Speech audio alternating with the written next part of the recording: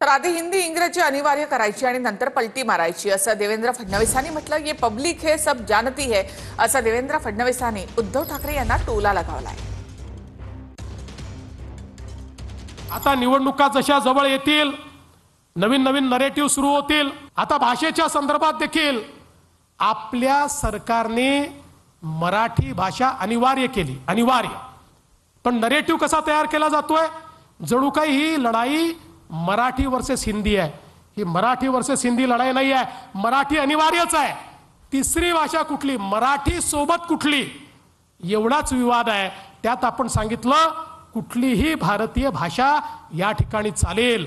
आणि म्हणून हा एक प्रकारे जो समाजाला विभाजित करण्याचा प्रयत्न चाललाय, भाषेवरनं मराठी आणि हिंदी, मराठी आणि इतर भाषा, अरे महाराष्ट्रामध्ये मराठी अनिवार्य राहील, मराठीचा आम्हाला स्वाभिमान आहे, मराठी करता त्याला अभिजात भाषेचा दर्जा देणारे आमचे आदरणीय प्रधानमंत्री महोदय आहेत।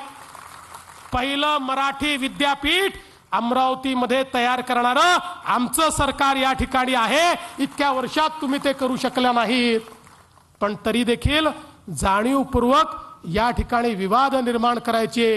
पहिल्यांदा स्वतःच कमिटी तयार करायची, कमिटीचा अहवाल घ्यायचा, 1ली ते 12वी मराठी सोबत हिंदी आणि इंग्रजी अनिवार्य असा अहवाल स्वतः कॅबिनेटला स्वीकारायचा आणि मग त्यानंतर पलटी मारायची। हा जो काही या ठिकाणी काम चाललेला आहे, मी तुम्हाला सांगतो याचा काही परिणाम नाही आहे। ये पब्लिक है, ये सब जानती है, लोक सगळं समजतात।